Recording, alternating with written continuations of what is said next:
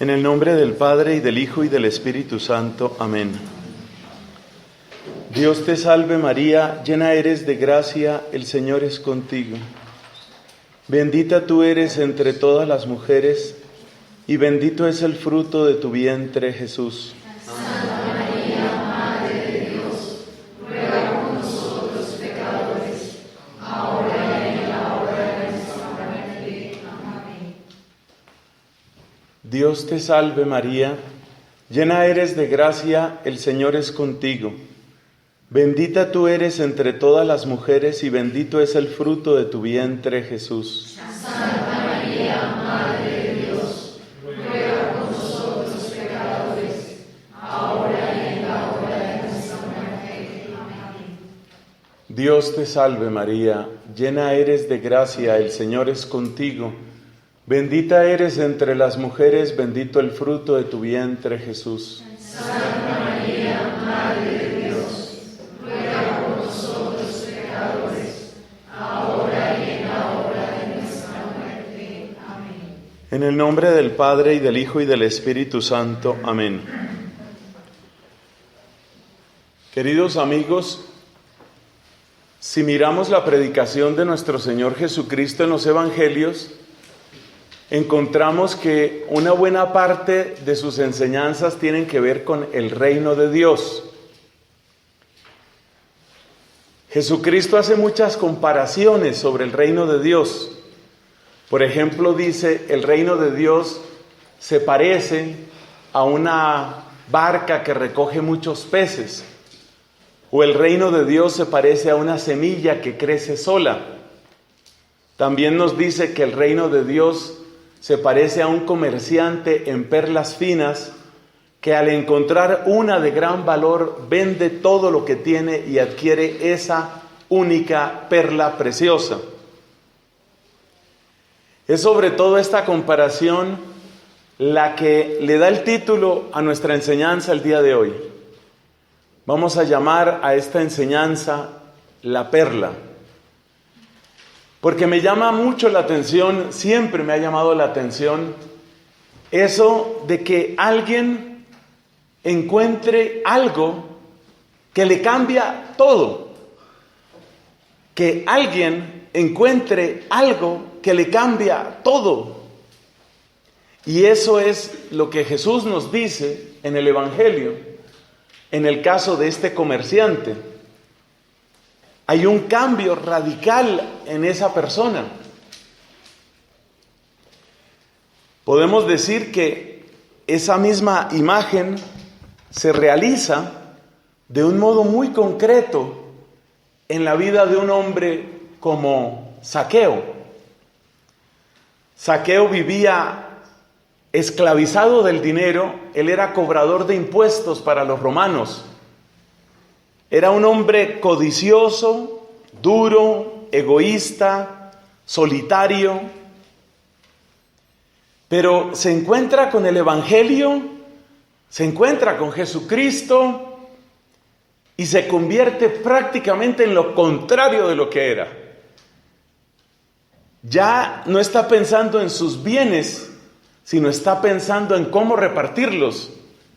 No está encerrado en sí mismo, sino que está con su corazón abierto a las necesidades de los demás.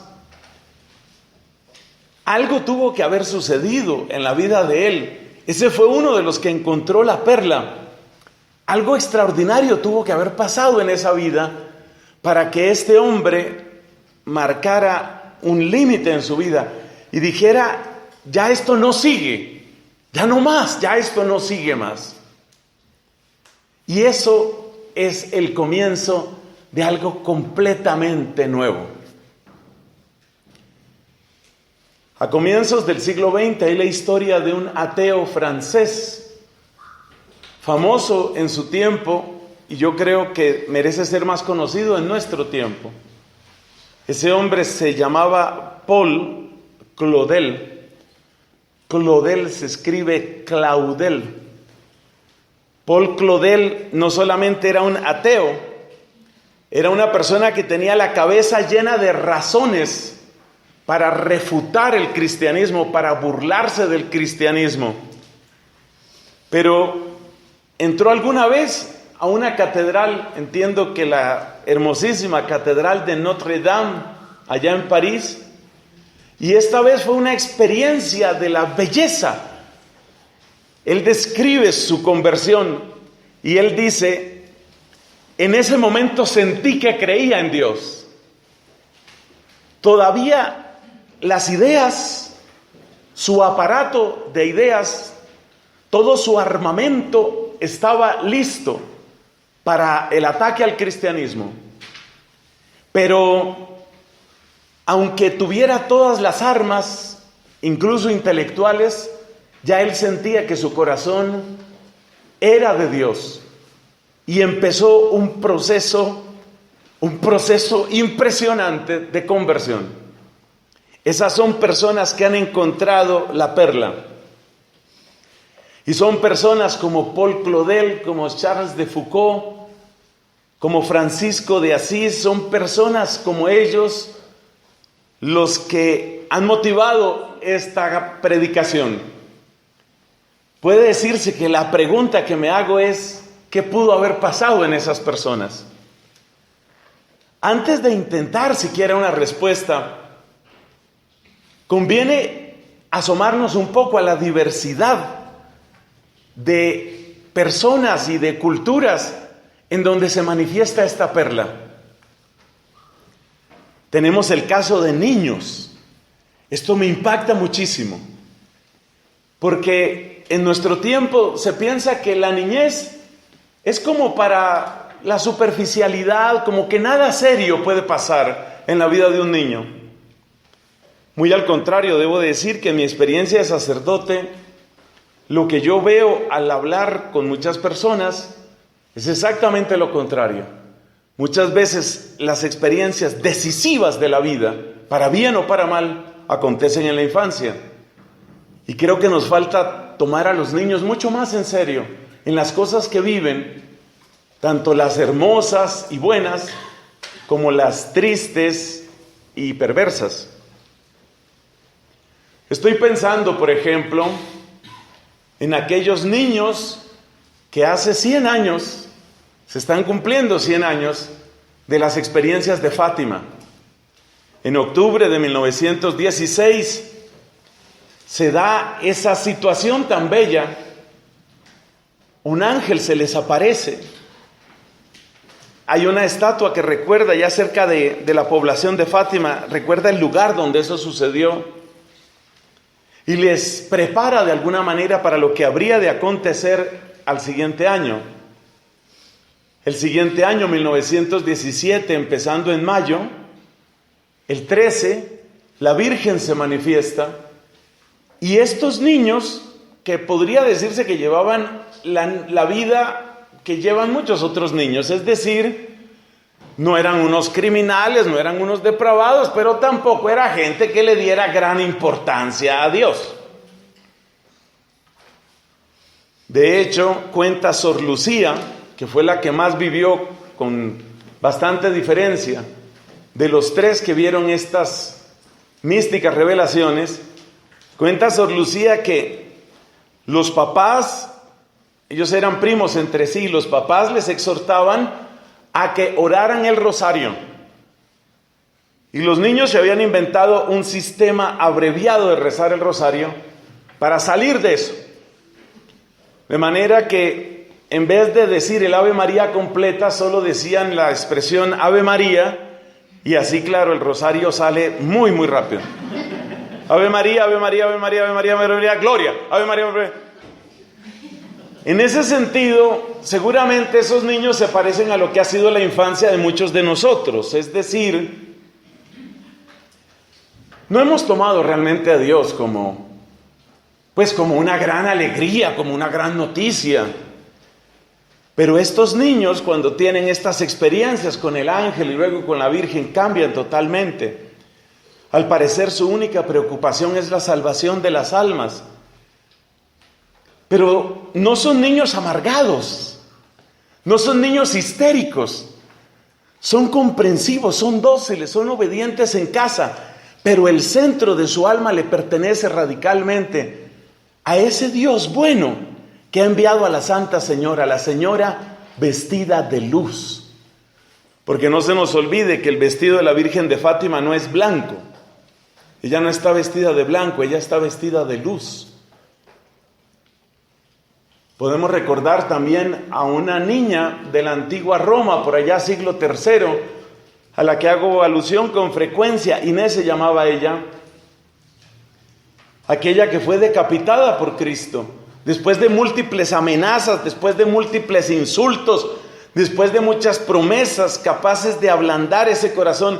Ella permanece firme, y permanece firme porque tiene a Cristo. La descripción que hace de su martirio, me parece que es San Atanasio, pero puedo estar equivocado en eso. La descripción que hace el santo del martirio de Inés es impactante, porque dice: una novia no iría a su boda o a su luna de miel con la alegría que iba Inés. ¿Qué ha pasado en la vida de una persona así? ¿Qué puede haber sucedido? ¿Cómo se explica la sonrisa? La sonrisa de Inés, ¿cómo se explica? ¿Cómo se puede entender que tenga tanto gozo? Y así encontramos santos de distintas edades, incluyendo, por ejemplo, a gente bastante avanzada, como San Policarpo. Policarpo, cuyo nombre significa mucho fruto. Policarpo fue obispo de la ciudad de Esmirna y fue discípulo directo del apóstol San Juan. Policarpo fue quemado vivo. La firmeza de este anciano, cuando él fue sometido a esa tortura y muerte, tenía más de 80 años de edad. Y este hombre, con una serenidad, con una paz inmensa, y dando testimonio a todos, entrega su vida por Cristo. ¿Qué ha pasado en esas vidas? Tenemos hombres, tenemos mujeres. Entre las mujeres, hace poco recordábamos la fiesta de Santa María Magdalena, uno de los casos más impresionantes de una vida que cambia.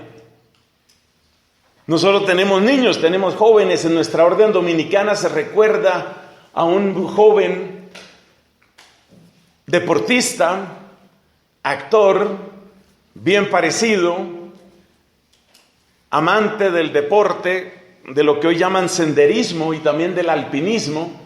Él se llamaba Pier Giorgio Frassati.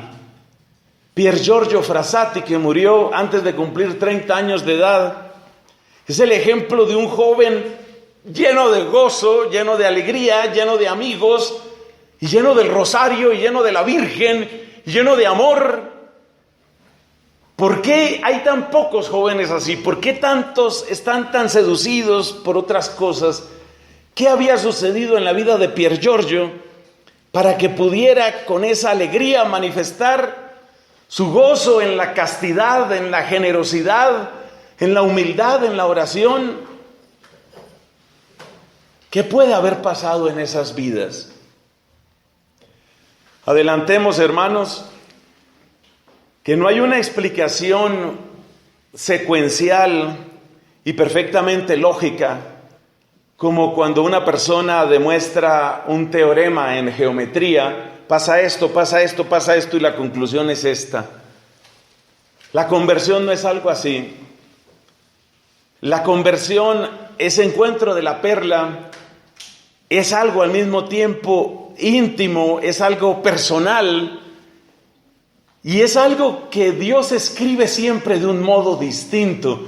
Ningún santo es la fotocopia de otro, ninguna conversión es la fotocopia de otra. Hay personas que tuvieron un largo proceso, larguísimo proceso, como San Agustín, y hay otras personas, como los niños de Fátima, que se encontraron como de golpe con esa maravilla de Dios y cambiaron totalmente. O sea que Dios no tiene una única fórmula, Dios no tiene una única receta. Lo que sí podemos creer es que quiere escribir también en nosotros, quiere escribir palabras suyas y quiere darnos también de esa alegría. Terminemos aquí la primera parte de esta predicación. Lo que hemos planteado es la introducción, y la introducción se resume en una pregunta: ¿qué ha sucedido en algunas vidas para que Dios se convierta en el centro, en el protagonista, en la alegría? De manera que lo que antes estas personas consideraban como aburrido, o consideraban como inútil, o consideraban como un lavado de cerebro, o cualquier otra de esas calumnias, de repente se convierte en su centro, en su gozo, en su esperanza, en su manera de vivir. Esa es la introducción. Entonces, pasemos a la segunda parte. En la segunda parte vamos a ver algunos rasgos comunes, porque si bien es cierto que Dios es original, y Dios no se va a repetir en ti, ni se va a repetir en mí, hay algunos rasgos comunes, y conocer esos rasgos puede servir para algo, hermanos. Conocer esos rasgos puede servir, sobre todo, para disponernos. Hay un canto que resuena mucho en la Renovación Carismática y en otros grupos, un canto que dice: enamórame de ti. Me parece bellísima esa súplica, enamórame de ti. Es la palabra que dice una persona que ya presiente: oye, yo me puedo estar perdiendo algo. Como le sucedía a los amigos, a las amigas de Pier Giorgio. Aquel italiano, aquel joven apuesto, inteligente, fuerte, deportista, alegre, como con todas las cualidades que tú quieres en un joven, pero al mismo tiempo puro de alma y cuerpo, feliz en la oración, generoso, humilde y de confesión frecuente. Claro, cuando uno conoce a una persona de esas, yo creo que uno alcanza a pensar: ¿de qué me estoy perdiendo? Este sabe algo que yo no sé. Este se ha encontrado con algo que yo no sé. Hay una historia muy bonita que tiene varias versiones, como suele suceder con esas narraciones, de un cierto hombre que había oído que existía una cruz. En un monasterio de las montañas existía una cruz tan hermosa, que el que la veía se llenaba de felicidad. Era la cruz más bella que se hubiera esculpido en el mundo entero, y estaba por allá en un monasterio.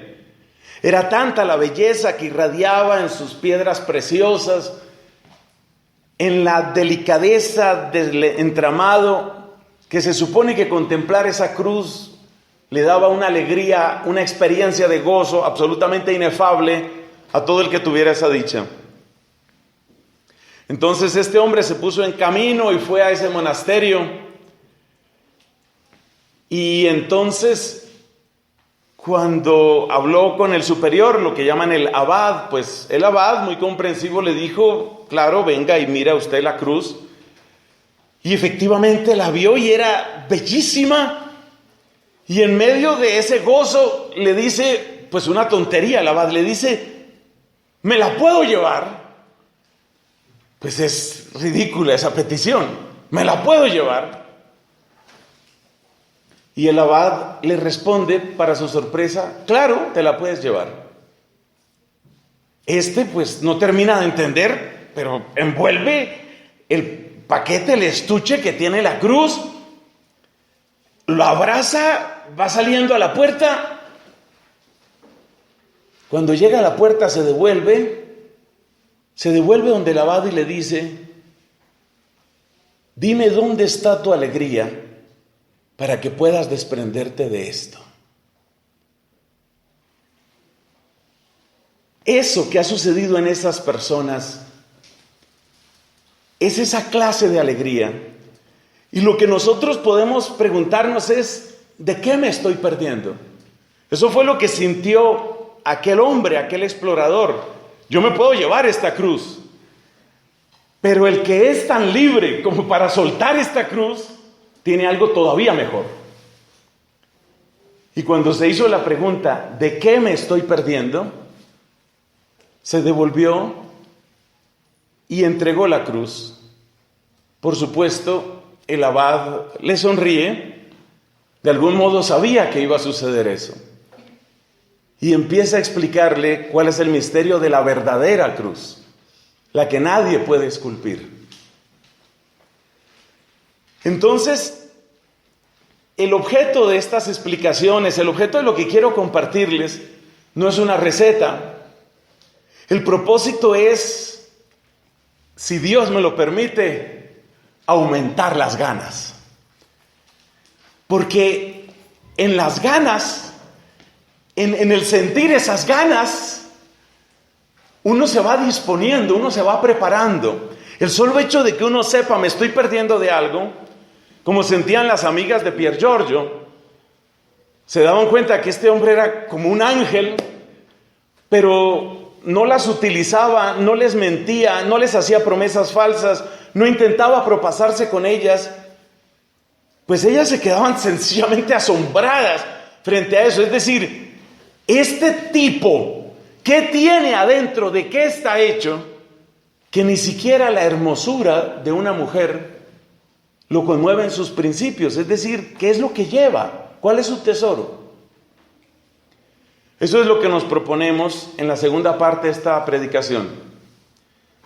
La primera parte, repito, es ¿qué ha sucedido en esas vidas que han cambiado? La segunda parte es ¿cómo podemos disponernos? Nadie puede obligar a Dios. La conversión siempre será una cita de amor. Y las condiciones, el lugar, el tiempo, la manera, siempre depende más del amado que de nosotros. De modo que se trata de disponernos. Y para disponernos a recibir ese regalo, que no es otra cosa sino la visita del amor de Dios, pues ciertamente hay algunas pistas comunes. Esas son las que vamos a comentar ahora. Vamos a reducir, hay muchos elementos, pero que Dios me ayude, voy a tratar de ser concreto y vamos a limitarnos a cinco pistas comunes de lo que le ha sucedido a estas personas. Yo voy a tratar de identificar cada una de esas pistas comunes con un pasaje de la Biblia, de manera que puedas luego profundizar un poco y también lo tengas como referencia. El primer elemento que quiero nombrar es, yo lo llamo, verle la cara al faraón. Verle la cara al faraón. Hay algo que tienen en común muchos imperios que ha habido en esta vida, y es la especie de secretismo que rodea a los grandes jefes. Así, por ejemplo, los máximos líderes dentro de los muiscas en esta región de la América precolombina, los líderes más altos se llamaban los zipas. Y el zipa, escrito con Z, el zipa, era alguien a quien nadie podía mirar. Nadie podía mirar al zipa. De hecho, si alguien intentaba ver al zipa, podía ser condenado a muerte. Había que acercarse a él caminando de espaldas, no por darle la espalda a él, por supuesto, sino por la indignidad para contemplar su rostro. Entonces no se puede ver al zipa. Una legislación semejante había con respecto al Inca, que por supuesto era el máximo líder dentro del sistema de todo ese imperio. El Inca tenía su residencia en Machu Picchu, por lo menos en una gran parte de ese imperio, y al Inca, que era considerado hijo del sol, nadie lo podía mirar. Lo mismo al faraón, nadie podía ver al faraón. Es muy interesante esto porque eso de no ver al faraón o no ver al Zipa, eso es como una especie de velo de misterio que intenta engrandecer o por lo menos rodear de un halo de enigma, de impredictibilidad al que tiene el poder. Pero hay un momento en el que se le ve la cara al faraón. ¿Qué queremos decir con esta expresión de verle la cara? Verle la cara al faraón es darse cuenta uno a quién está sirviendo realmente. Es caer en cuenta de eso. ¿A quién estoy sirviendo realmente? ¿A quién estoy sirviendo significa a qué le estoy entregando la vida? ¿A qué le estoy entregando la vida significa quién es mi Señor? Y cuando uno descubre a quién le está entregando la vida, normalmente experimenta un tremendo desengaño. Ese desengaño es una gran preparación para la conversión. San Agustín resumió magistralmente el camino de la conversión de esta manera. Él dijo que el pecado era aversión a Dios y vuelta hacia las criaturas, que lo aprendí también en la lengua de él, el latín, aversio a Deo et conversio ad creaturas. Se le da la espalda a Dios y se vuelve uno hacia las cosas. Y por eso la conversión será aversio a creaturis et conversio ad Deum. O sea que en la conversión es necesario soltar y es necesario agarrar. El pecado y la conversión son lo mismo, pero en direcciones opuestas. La vida de pecado es yo suelto a Dios. Decía la hija de una candidata muy famosa a la presidencia de los Estados Unidos por estos días, decía esta hija que ella había dejado el cristianismo a los 6 años de edad cuando se dio cuenta que la iglesia no permitía el aborto. O sea, ella a los 6 años de edad ya dedujo que una comunidad que no permite abortar a la mujer no puede ser digna de que ella pertenezca. A esa conclusión llegó ella a los 6 años de edad, para que veas que a los 6 años de edad pasan cosas graves en algunas vidas. Entonces, ¿qué fue lo que le sucedió a esa niñita? Que ella a los 6 años dijo, Dios sale de mi vida. Se soltó de Dios y se volvió al mundo que le ofrece su familia aristocrática, adinerada, llena de poder y de tantas cosas que sabemos. Eso es lo típico del pecado. Me suelto de Dios y me vuelvo hacia los ídolos, hacia las cosas, hacia las ventajas, hacia los placeres, hacia el dinero, hacia lo inmediato. Eso es lo que suele suceder cuando entramos en el camino del pecado.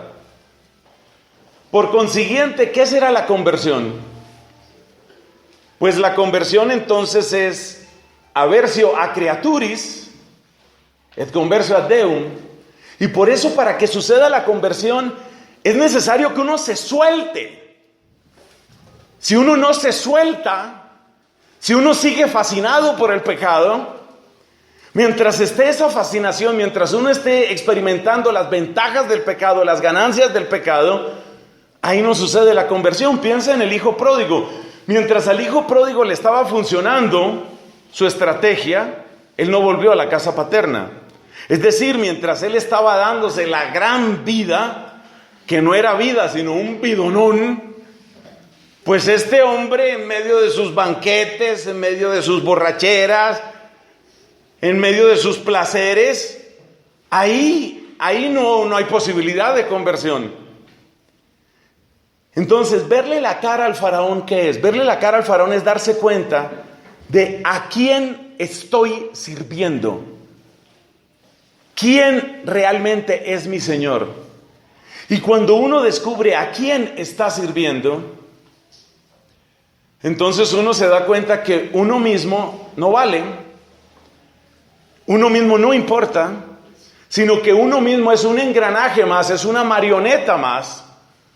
Uno mismo es un instrumento más para los intereses de otro que está más arriba, que probablemente es también una marioneta movido por otro que está más arriba, y así sucesivamente. Demos un par de ejemplos de lo que esto puede significar.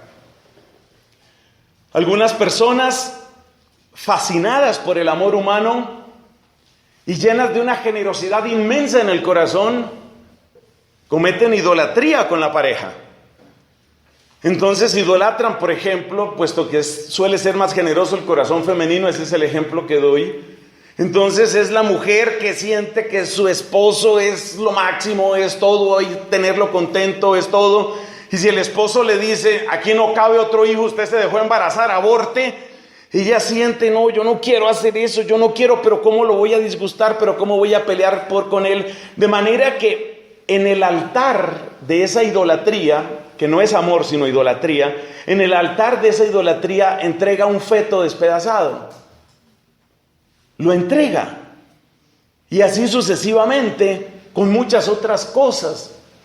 Entonces viene la educación de los hijos, y esta mujer venía de un hogar piadoso. En su hogar se rezaba el rosario todos los días. Ella quería que por lo menos se rezara el rosario una vez a la semana. Cállese usted con sus rezos, y rezos, si quiere vaya y rece sola allá en el patio, lo que sea. Pero a los hijos no me los fanatice, me hace el favor. Dice ese tirano al que ella idolatra.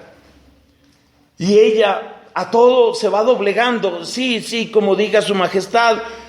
En su corazón ella presiente, esto va mal, esto no debe ser, esto no puede ser, por aquí no es. Pero está tan fascinada por ese hombre, por lo que le hace sentir, por la seguridad que le da, por los regalos que le da de vez en cuando, aunque cada vez menos. Un día de esos, ella descubre que este hombre no solo tiene una amante, sino que tiene un hogar con esa amante, y ya tiene 3 hijos con la amante, y de hecho prefiere a la amante, y entonces se le derrumba estrepitosamente el ídolo, se le acaba estrepitosamente esa idolatría. Por supuesto va a entrar en una crisis espantosa, probablemente llegará a una depresión terrible. Pero ¿qué fue lo que le sucedió? Le vio la cara al faraón. Es decir, apareció a quien estaba sirviendo. Porque, claro, el análisis que ella hace es, por este hombre, por este sujeto que se burló de mí toda la vida, por él, perdí 30 años de comulgar, por él sacrifiqué 3 bebés que aborté, por él, y no lo merecía, le vio la cara al faraón. Miren, cuando ustedes oren por sus hijos, por sus hijas, yo les invito a que hagan esa clase de oración. Hagan esa clase de oración.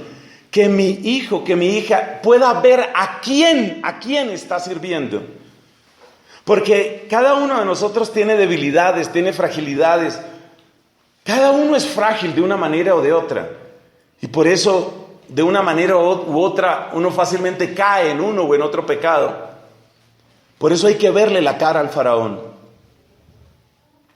Mi segundo ejemplo también tiene que ver con la mujer, y de nuevo, si cito aquí a la mujer es por la generosidad inmensa que Dios ha puesto en el corazón femenino. Muchas veces las empresas se valen de esa generosidad femenina para oprimir y para manipular y para exprimir más y más y más de la mujer.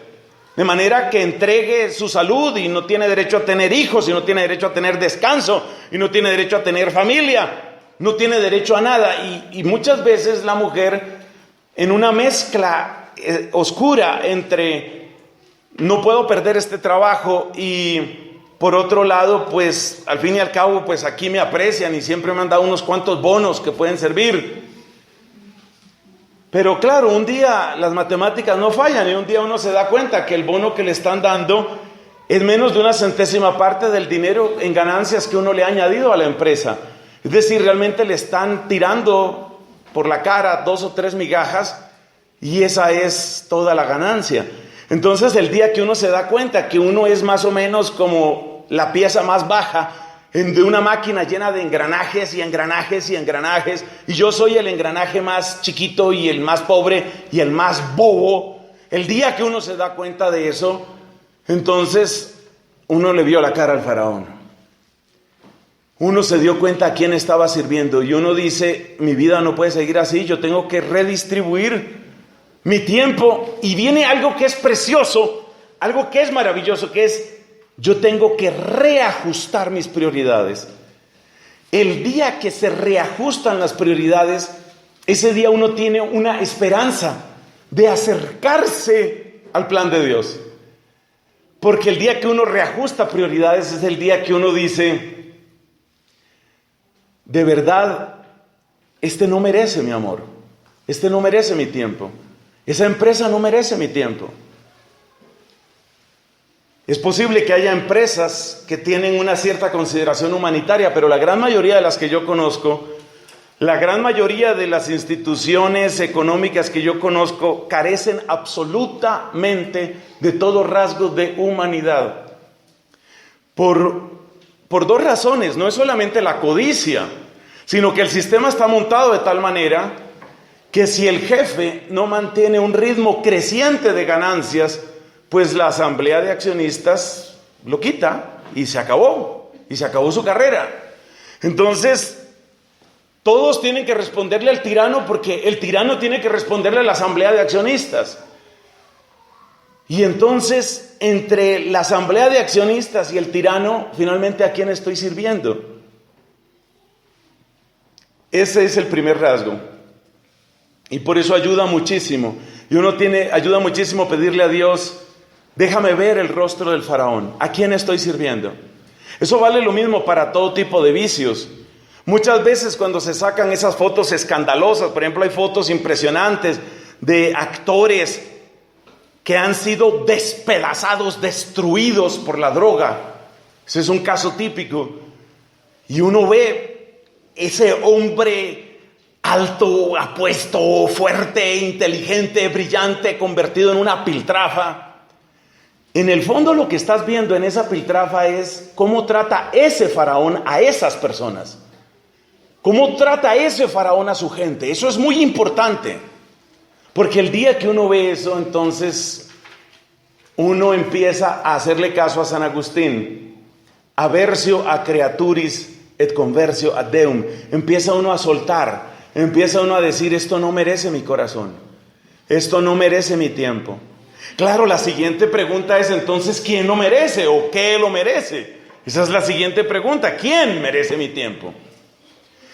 Todavía esa no es una conversión perfecta, eso es apenas un comienzo, pero es un muy buen comienzo. Pasemos al segundo punto.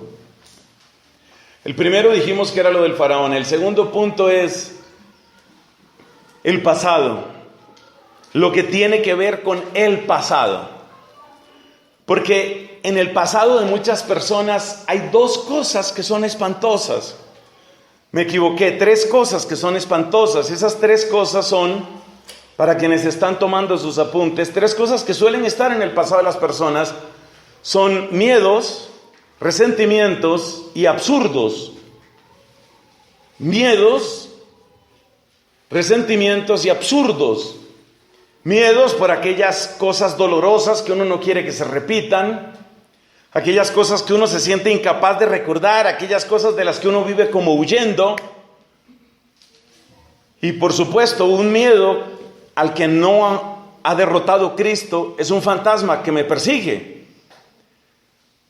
Esa es una buena definición de fantasma. Un fantasma es un miedo no derrotado. El miedo no derrotado te va a perseguir. El tema del que no quieres hablar te va a perseguir. La experiencia traumática que tuviste y de la que no te has sanado te va a perseguir, te persigue y te persigue. Entonces, en el pasado muchos tenemos miedos, muchos tenemos resentimientos.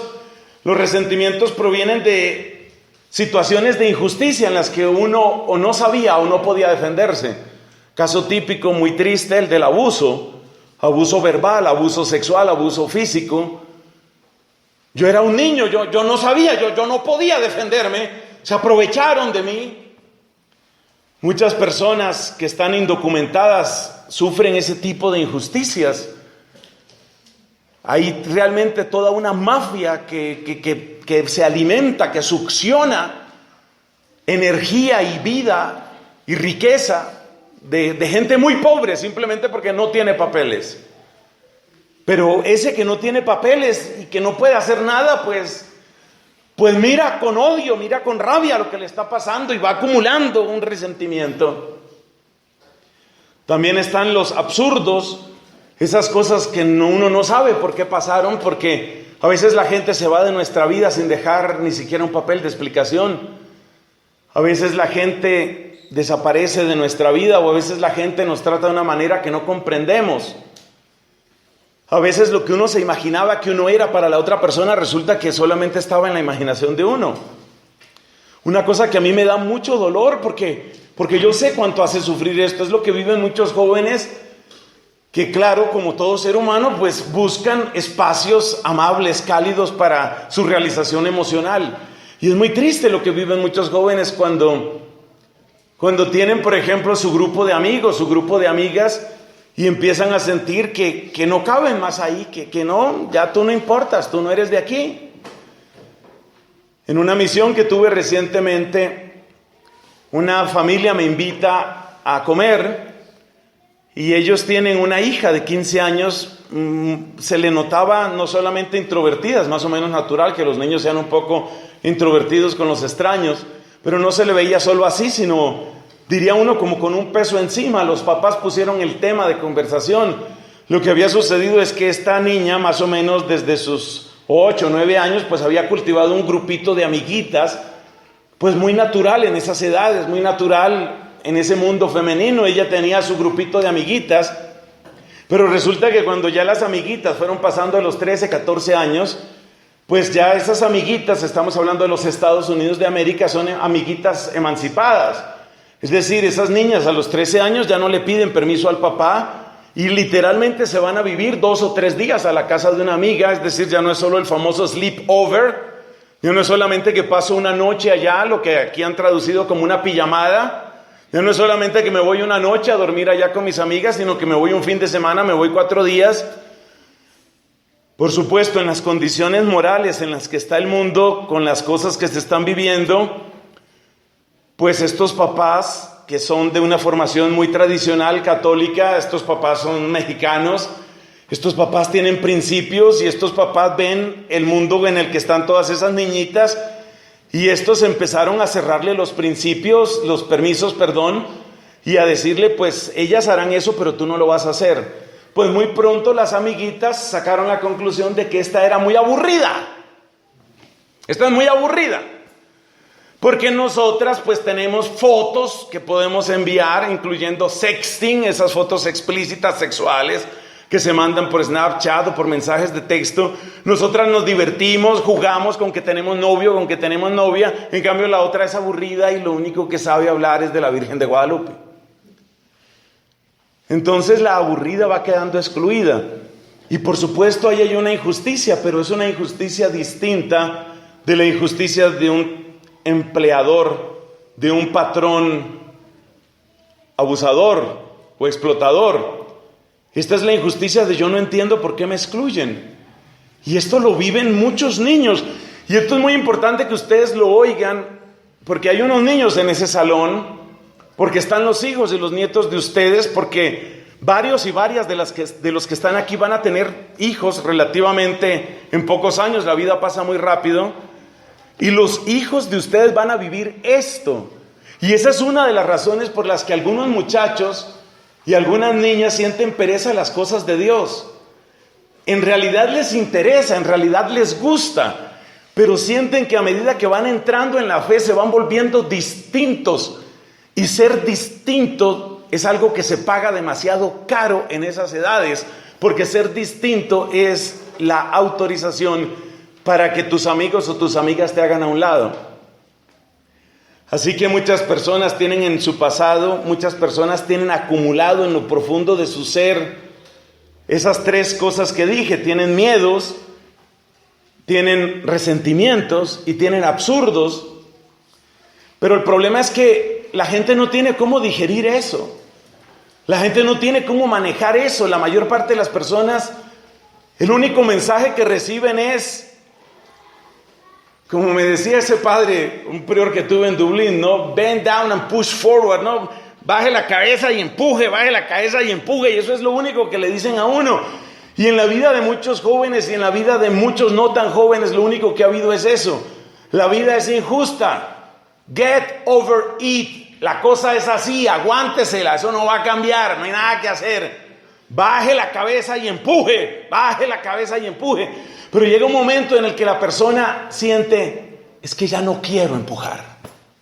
Y entonces ahí viene una rebeldía que los papás y los abuelos y los tíos dicen, pero ¿qué pasa con esta niña? Es rebelde sin causa. No, no es rebelde sin causa. Resulta que hay muchas causas, pero tardaría semanas en entender las causas. Es muy fácil ponerle una etiqueta a una persona y decir, es rebelde sin causa. Tardarías demasiado tiempo en entender por qué esa persona está así. Lo cual no significa que la persona sea inocente. Lo cual no significa que haya que empezar a canonizar aquí, a mano derecha, por favor. Empezar a canonizar muchachos y muchachas, no. Yo no estoy diciendo eso. Pero sí estoy diciendo que muchas personas simplemente no tienen cómo digerir su pasado. No tienen cómo digerirlo. Y el pasaje bíblico que quiero relacionar con esto es la samaritana. La samaritana que había ido ya muchas veces al psicólogo y el psicólogo le había dicho, mira, tú simplemente pasa la página. Pero es que ya llevo 5 maridos, pasa la página, ya llegará. Pero es que ya llevo 6 maridos, el psicólogo le decía, pasa la página, porque eso es lo único que muchas veces nos dicen los psicólogos, aunque debe haber excepciones, espero que las haya en mi familia. Pero muchas veces el psicólogo lo único que le dice a la gente es eso. Repito, habrá excepciones. Pase la página, bend down and push forward. Punto. Agáchese y siga empujando. Llega el momento en el que la persona dice, pues no quiero empujar más. Entra en depresión, entra en rebeldía, entra en lo que sea.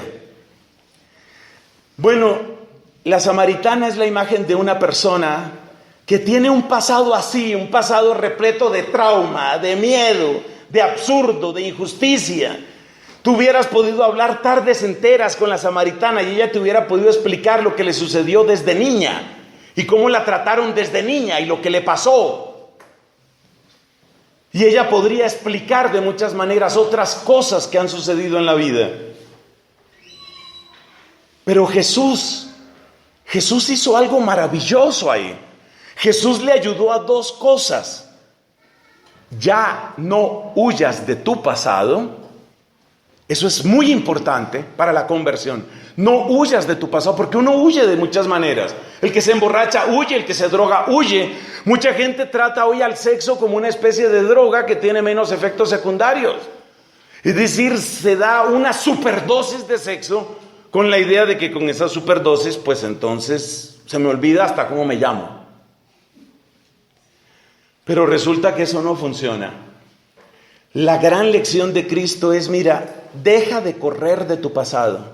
Deja de correr de tu pasado, deja de huir. Eso es lo primero. Pero lo segundo es mucho más misterioso. Cristo puso algo en el corazón de ella. Es algo tan liberador que recuerda cómo termina ese pasaje. Ella dice a sus compatriotas de allá de la ciudad de Sicar, que era donde ella vivía, aquí hay un hombre que me ha dicho todo lo que he hecho. ¿Cómo puede ella exhibir así su pasado? ¿Cómo puede ella sacar así su pasado? ¿Sabes por qué? Porque ya era libre de su pasado. Por eso lo podía mencionar. Esa es la fuerza de evangelización que tienen, por ejemplo, los retiros de Emaús, que son tan populares en nuestros días. Yo mismo los conozco de cerca en primera persona y creo que le pueden hacer bien a muchísimos. Porque en el fondo de lo que se trata en el retiro de Emaús es de ver gente que no está huyendo, o mejor dicho, gente que se cansó de huir y gente que pudo recibir una luz. Por supuesto, aquí entra también el testimonio precioso de Catalina de Siena, cuando dice del conocimiento de uno mismo. Y Catalina dice, no hay vida espiritual. No hay posibilidad de vida espiritual fuera de ese conocimiento. Porque mientras sigas huyendo, no hay posibilidad de vida. Ese es el segundo. Pasemos al tercero. El tercer elemento en la conversión está perfectamente representado en la frase, o mejor, en la historia del hijo pródigo. Tenemos que volver ahí. Lucas capítulo 15. Tenemos que volver ahí. Los dos verbos esenciales en la conversión del hijo pródigo son recapacitó y dijo, volveré a la casa de mi padre y le diré, Padre, he pecado. Recapacitar y confesar. Esos dos verbos son muy importantes. Recapacitar es dejar de echarle la culpa al resto del universo. Y aquí quiero seguir con mis amigos jóvenes, que no sé si me quedan amigos jóvenes. Pero quiero seguir con mis amigos jóvenes. Porque así como he dicho que muchas veces a los adultos les queda muy cómodo, o nos queda muy cómodo ponerle el rótulo, es rebelde sin causa. Ese muchachito, no sé, últimamente está como rebelde, como que no haya uno cómo tratarlo, no haya uno qué hacer por él. Que si se le da, que si no se le da, un muchacho problemático, es muy fácil etiquetar. Esa niña rebelde, insoportable, impredecible, mentirosa, es muy fácil etiquetar. Pero, también es muy cómoda la posición del que dice, yo soy rebelde porque el mundo me ha hecho así. Eso es muy cómodo también. Es muy cómodo echarle la culpa a todos los demás. La culpa la tiene mi mamá, la culpa la tiene mi abuelo, pero en realidad todo empezó cuando mi tatarabuelo le robó una moneda al papá que él tenía. Es muy fácil echar las culpas afuera. Hay un momento en el que uno tiene que recapacitar. Recapacitar es volverse capaz de asumir la propia vida y la propia responsabilidad. De ahí viene el capacitar. Recapacitar es volverse capaz con la propia vida y asumir la parte de uno, porque uno no la asume. Es mi mamá que no me entiende, son los pobres, son los guerrilleros, es Santos, no mentiras, es Uribe, no, es que todo empezó en Gaviria, no, el Frente Nacional. Y así nos la pasamos explicando el pecado original. El pecado original de Colombia empezó el día que al Zipa no le trataron bien una gripa. Ahí fue donde se dañó todo en Colombia, todo se dañó ahí. Ahí empezó la pelea de centralismo, federalismo, liberales, conservadores, guerrilleros, paramilitares, santistas, uribistas. Entonces, este tercer elemento es clave. Yo soy parte. Soy parte de que el mundo esté como está. Yo soy parte de que mi familia esté como está. Yo soy parte de que mi vida esté como está. En el momento en el que la persona recapacita y en el momento en el que la persona confiesa, en ese momento está realmente soltándose. Y eso, acuérdate que es lo más importante en este camino. Soltarse. Soltar el faraón. Soltar los condicionamientos. Soltar los miedos. A mí me llama la atención cómo en tantas misiones a donde el Señor me lleva, las dos palabras que la gente pide en todas partes son sanación y liberación. ¿Y por qué piden tanta liberación? Hay muchos malos entendidos, muchas personas quieren atribuirle todo al demonio, estamos de acuerdo en eso. Pero hay un sentido en el que de verdad todas las personas necesitan liberación. Y es que no han terminado de soltarse. Y quedan enredados entre lo que hizo mi familia contra mí, lo que yo hice. Entonces yo sí tengo parte, pero es que ellos... Tenle por favor fastidio y tómale por favor distancia a todas esas frases que siempre tienen un pero. Hay personas que pertenecen a la religión del pero. Usted ha dicho mentiras. Sí, pero, es que a mí me mintieron primero. Fíjate que cada pero es una manera, el pero es una raqueta. Raqueta que sirve para que si me mandan una pelota, pero.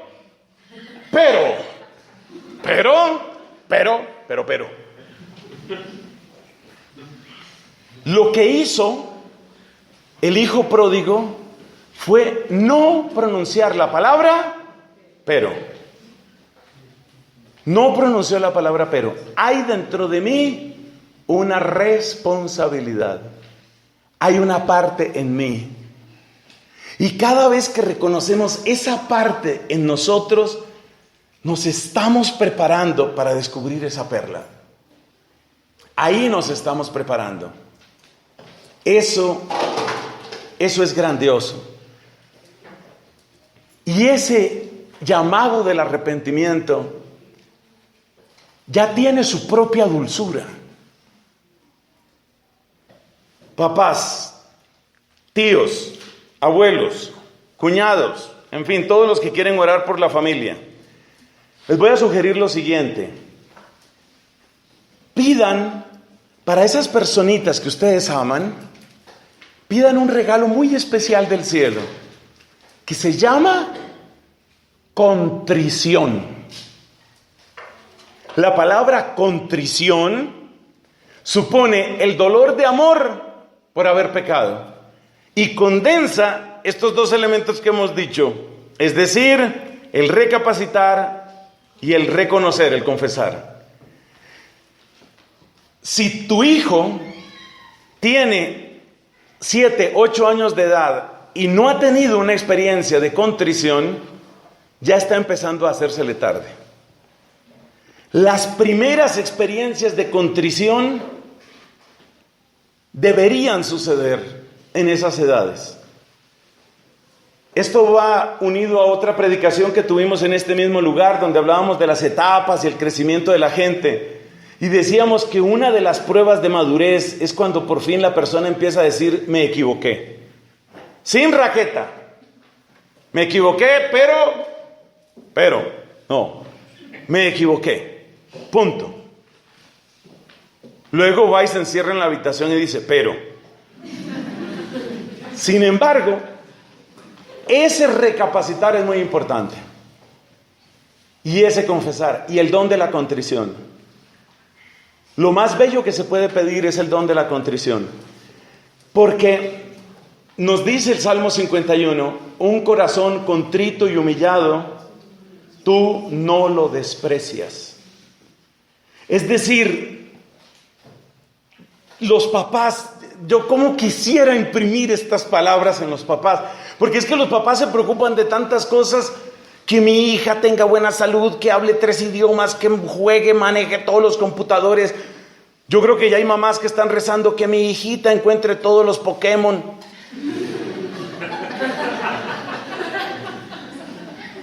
Habiendo tanta cosa importante en esta vida, y los papás obsesionados con esa clase de cosas, que le salga el posgrado, que tenga el estudio. Sí, todos esos son bienes, pero son bienes tan ambiguos, pero tan ambiguos. Yo digo, si las mamás supieran todo lo que les ha sucedido a los hijos y a las hijas después de que les salió el famoso posgrado. Después de que les salió el famoso posgrado. A mí me envió la comunidad para hacer mi doctorado y allá atendía pastoral hispana. Estuve 6 años viviendo en Irlanda y por supuesto conocí de cerca la historia de muchos de estos a los que les salió el posgrado, a los que les salió el permiso, a los que les salió la residencia.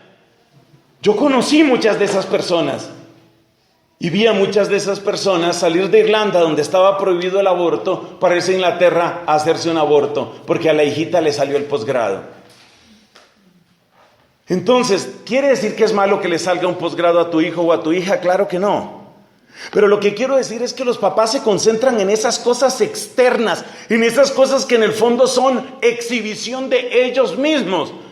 Bueno, le pregunta a uno, ¿y tu hija qué? ¿Cuál? ¿La de Sydney o la de París o la del Cairo? ¿Cuál? ¿De cuál le cuento?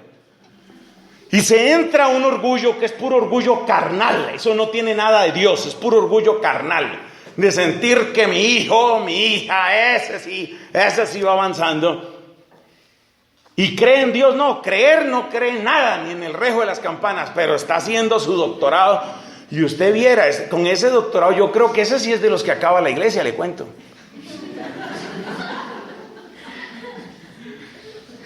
Y los papás felices con eso. Oiga, ¿cómo necesitamos de papás cristianos? De papás que tengan a Cristo en el corazón, de papás que se pregunten por las noches, cuando usted se levanta, porque ya tiene así más de 45 y se levanta varias veces en la noche. Cuando usted se levanta, aproveche estas visiticas al baño, aproveche para hacerse preguntas como esta. Este hijo mío, ¿cuándo lo he visto yo realmente arrepentido de sus pecados? ¿Cuándo ha tenido él una iniciativa clara, sincera, profunda? Eso hay que pedirlo a Dios. Es que mira, ya está muy cerca, está muy cerca el Señor. Por favor, clamen a Dios que le dé arrepentimiento de los pecados a sus hijos, porque sin ese arrepentimiento ni siquiera tomarán en serio la religión nunca.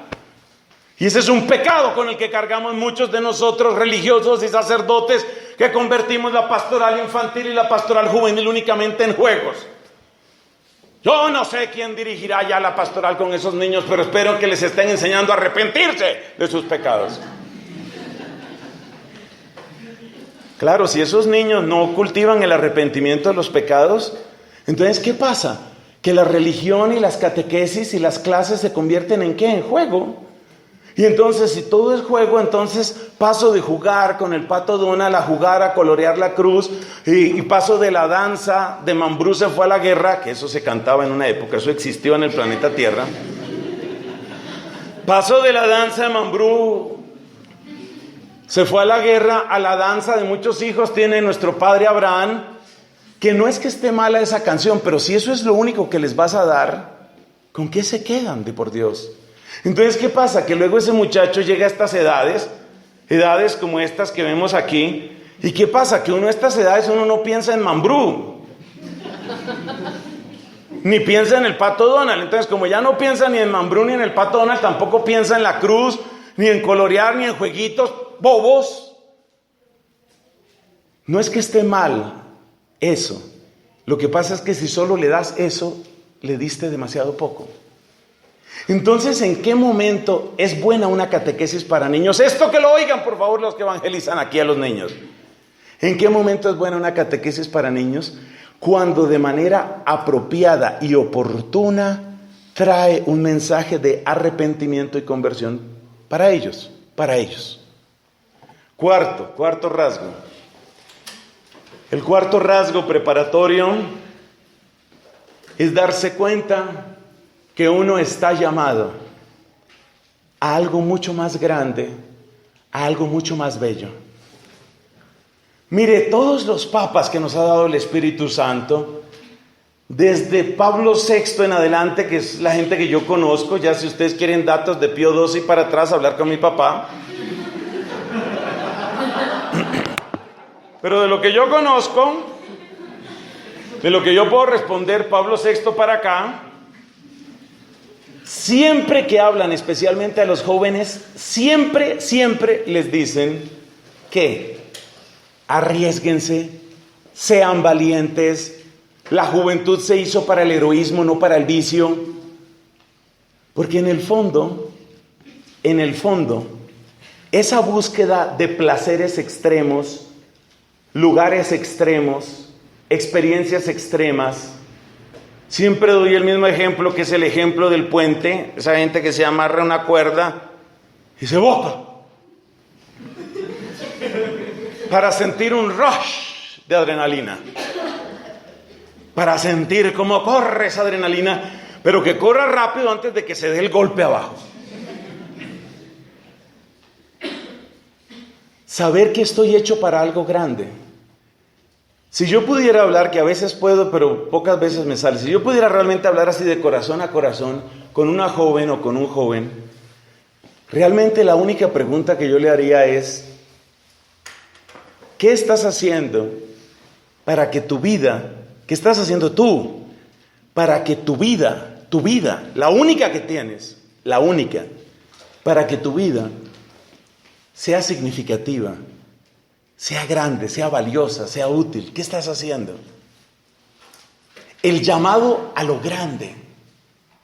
El llamado a lo grande es muy importante.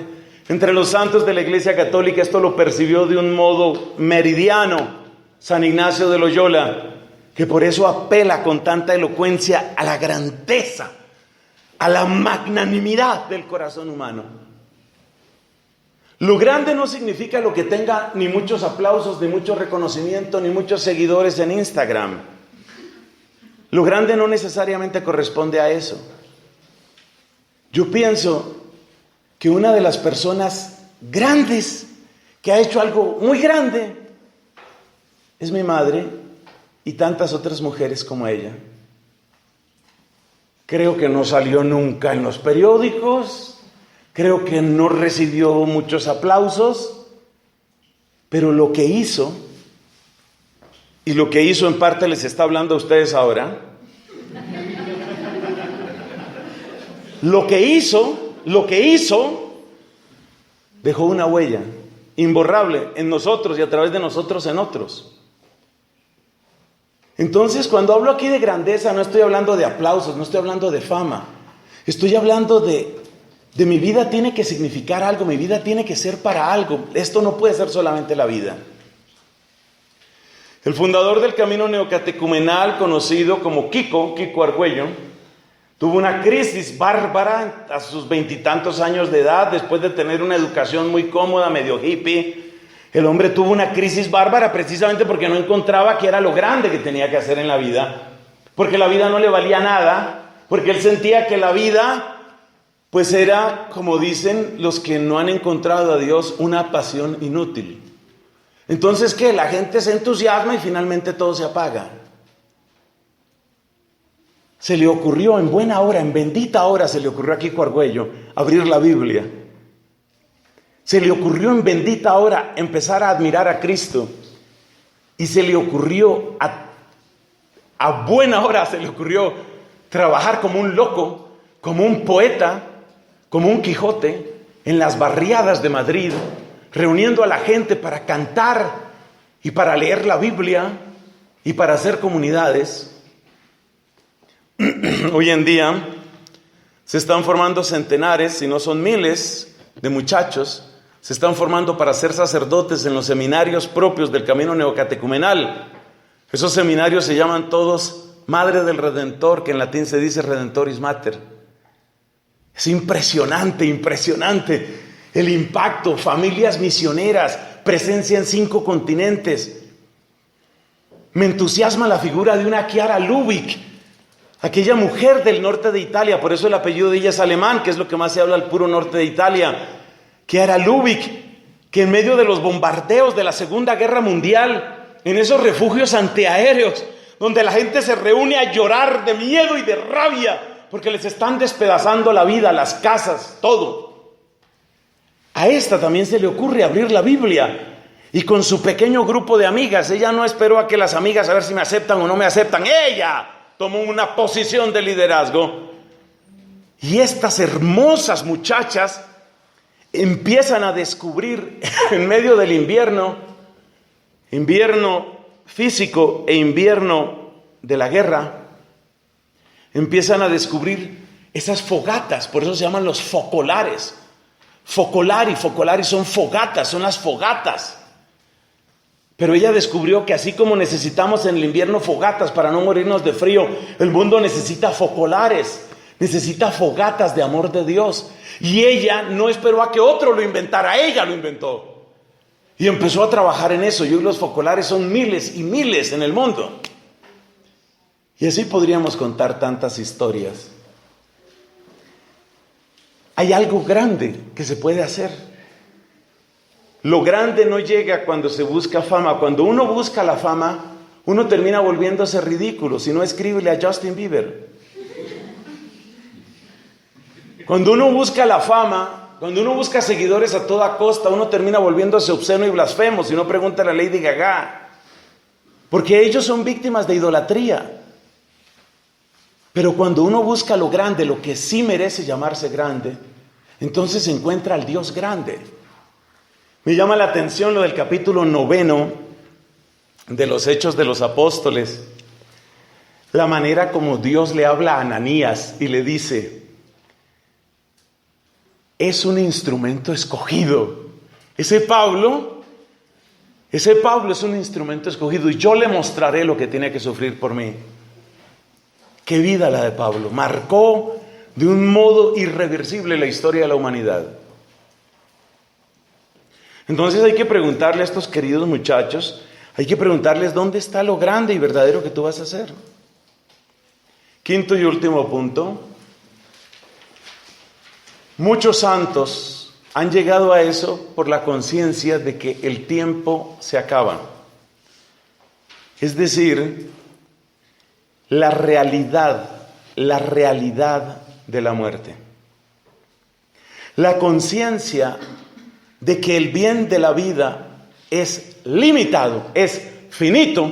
La conciencia de que la muerte viene puede llevar a algunos a desesperación, a otros los puede llevar a cinismo, pero a otros los puede llevar a una reflexión muy distinta. El ejemplo lo tenemos en esos dos hombres que estaban crucificados con Cristo. Uno tomó el camino de la desesperación, viendo que todo el mundo insultaba a Cristo y Cristo seguía siendo buena persona, se unió al coro de las blasfemias para gritarle a Cristo, que estaba crucificado a pocos metros, para gritarle a Cristo: ¿qué? ¿Por qué no te bajas tú y nos bajas a nosotros? Tomó el camino de la masa, tomó el camino del insulto, tomó el camino de la blasfemia. El otro, que la tradición llama Dimas, el otro gritó al primero y le dijo: nosotros recibimos pago de lo que hemos hecho. Este es un inocente. Acuérdate de mí cuando llegues a tu reino. Ese hombre que sentía la muerte tan cerca supo jugar bien sus últimas cartas, supo aprovechar bien ese último momento. Esa conciencia del tiempo limitado a veces es difícil. Yo me acuerdo cuando yo era joven e inmaduro, porque yo fui inmaduro en una época, yo miraba a la gente de 50 años y decía: no, ancianos, ¿qué podrá decirme un anciano? Bueno, ahora yo estoy en esa condición de ancianidad. Entonces debo ser respetuoso cuando a veces la gente lo mira a uno y dice: no, este anciano, ya que... Pero es bueno tener esta edad y es bueno entender que realmente hay eso llaman en estos aparatos, en los relojes y en las calculadoras y en los celulares, llaman a eso un temporizador. Hay un temporizador y esto se acaba. Y entender que esto se acaba es entender 1 Corintios 7, la presentación de este mundo se termina. Y entender que esto se acaba es también entender: buscad primero el reino de Dios. Primero el reino de Dios. Jamás olvidaré, con la bondad y misericordia de Dios, jamás olvidaré al padre Marco Tulio Prieto, que durante años me confesó en este convento de Santo Domingo. Una vez fui a confesarme con él y, como resumen de sus consejos, me toma del brazo, lo aprieta tan fuertemente como puede a su avanzada edad y estado de enfermedad y me dice: que no se te pase la vida sin amar a Dios, que no se te pase la vida sin amar a Dios. Luego me da la absolución de mis pecados. Una semana después moría el padre Marco Tulio Prieto. Ese era su testimonio y ese era su testamento para mí. Él tenía conciencia, claro, el cuerpo va avisando cuando se van derrumbando tantas cosas adentro, el cuerpo va avisando que la muerte está cerca. Y él entendió: hay algo esencial, esto no se puede perder así la vida. Quiero terminar esta reflexión con una hermosa parábola que me compartieron también en esta misión, la había oído hace años. En tierras lejanas había un rey que era muy acaudalado y muy poderoso, pero era famoso sobre todo por su vida sobria, por su gran piedad, por su virtud constante. Y eso llamaba la atención porque este hombre, distinto de otros poderosos y tiranos que parecen vivir únicamente para sí mismos y para sus placeres, este hombre mantenía su vida bastante en orden y además procuraba administrar las cosas para bien de sus súbditos. Intrigado por estos hechos, el embajador de un país vecino fue a visitarlo y le dijo: Majestad, quiero conocer su secreto. Hoy estamos con los secretos. Majestad, quiero conocer su secreto. ¿Cómo puede usted llevar esa vida tan recta, tan piadosa? Usted está rodeado de placeres y poder por todas partes. ¿Cómo lo logra? Y él le dijo: te voy a responder, claro que sí, pero primero quiero que me acompañes porque vamos a recorrer este palacio. Quiero que lo conozcas bien. Como hay algunos lugares oscuros, vas a llevar esta vela, y le dio una vela encendida, con una condición que te puede parecer exagerada, pero es la que he heredado de mis mayores. Si tú dejas apagar esa vela, de inmediato serás decapitado. Y el otro, pues que ya estaba ahí, y que más no podía hacer, pues agarró esa vela y empezaron a recorrer el palacio. Cuando terminó el recorrido, el hombre hizo balance. En primer lugar, tenía unos espasmos terribles.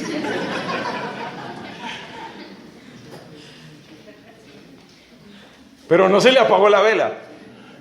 Y le pregunta el rey: bueno, ¿qué tal te pareció mi palacio? ¿Te gustó? Y él le dijo: Majestad, realmente estaba tan preocupado con la vela que no vi nada.